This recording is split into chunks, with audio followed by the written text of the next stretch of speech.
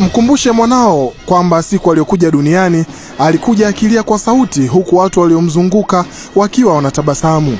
Hivyo basi anapaswa kuishi na watu vizuri, kiasi kwamba siku atakapokuwa anaondoka duniani, watu watakaokuwa wanamzunguka walie kwa sauti, huku yeye akitabasamu.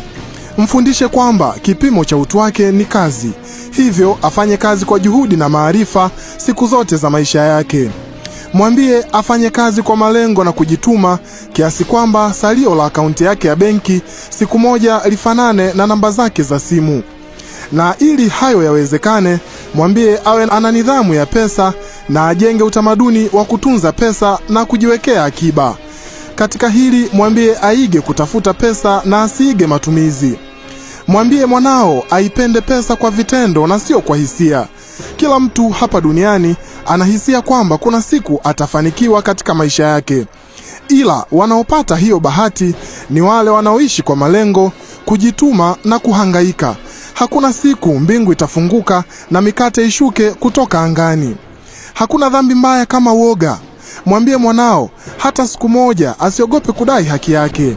Na katika hili msisitize kwamba kama akifanya kazi ambayo inazalisha pesa na mwishowe asipate kitu chochote, ajue dhahiri ya kwamba kuna mtu amepata.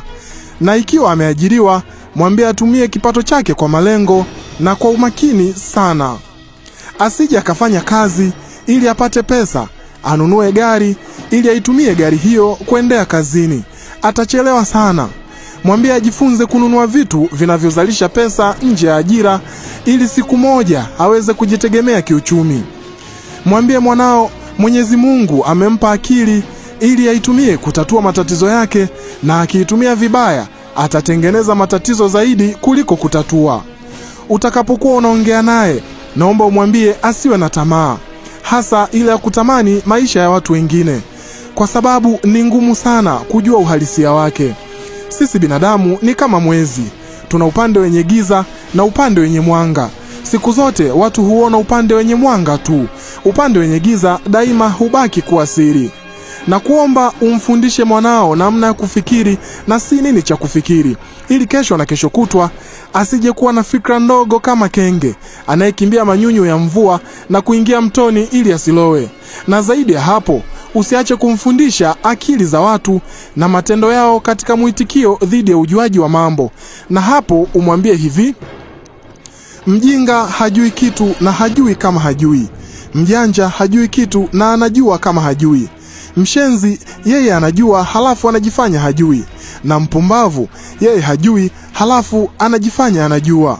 Mwambie siku zote wanaolalamika jinsi mpira unavyodunda mara nyingi ndio hao walioudundisha. Mwambie kuishi na watu ni kazi kubwa inayohitaji umakini sana, na ili afanikiwe katika hilo, mkumbushe kwamba Mwenyezi Mungu alimuumba binadamu ana masikio mawili na mdomo mmoja.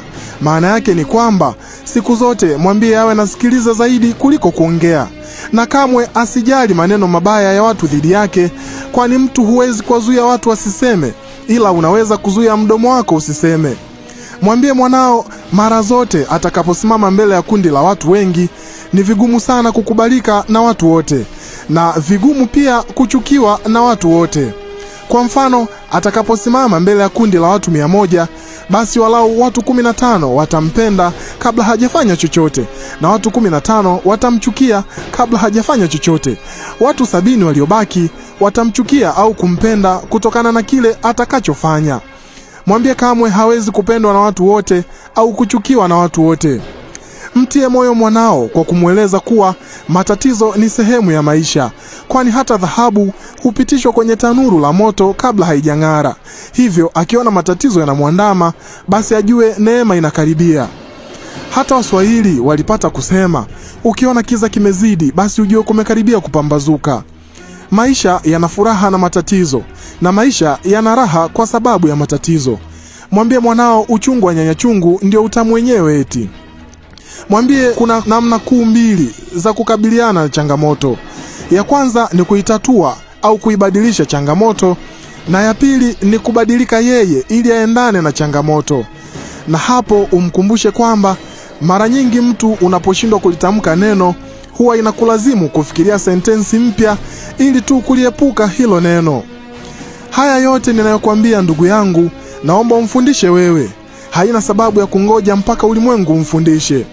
Watu siku hizi si wema tena na hawana upendo kama zamani. Mfano, unaweza kufanya harambee ya kuchangia ujenzi wa bwawa la kuogelea na mtu akakuletea ndoo moja ya maji kama mchango wake. Mwambie asiwategemee sana watu wengine katika kufanikisha mambo yake ya msingi. Kwa hivyo basi, jambo lolote ambalo anaweza kulifanya mwenyewe asisubiri afanyiwe na watu. Na usisite kumwelimisha kwamba chanzo cha furaha yake siku zote ni yeye mwenyewe, na akiwa na mazoea ya kutegemea watu wengine ndio wawe chanzo cha furaha yake, inaweza ikawa kinyume chake. Ndugu yangu, utakapokuwa unamwambia maneno haya, usisahau kumkumbusha kujifunza na kujaribu vitu vingi katika maisha yake. Mwambie ni heri afanye kitu na kujutia baadaye kuliko kuja kujuta kwa kutokifanya. Mwambie elimu bora haipatikani shuleni tu, ajifunze na elimu ya mtaani pia. Kuwa na marafiki ni kitu kizuri, ila kuwa na marafiki wabaya ni bora kuwa peke yake. Mwambie marafiki atakaochagua na kuwa nao ndio taswira yake, yani atakuwa kama wao. Na kamwe asijadili matatizo yake na watu walioshindwa kutatua matatizo yao. Yapo mambo mengi sana ambayo nilitamani umwambie, lakini muda si rafiki sana. Kwa leo naomba umwambie hayo tu.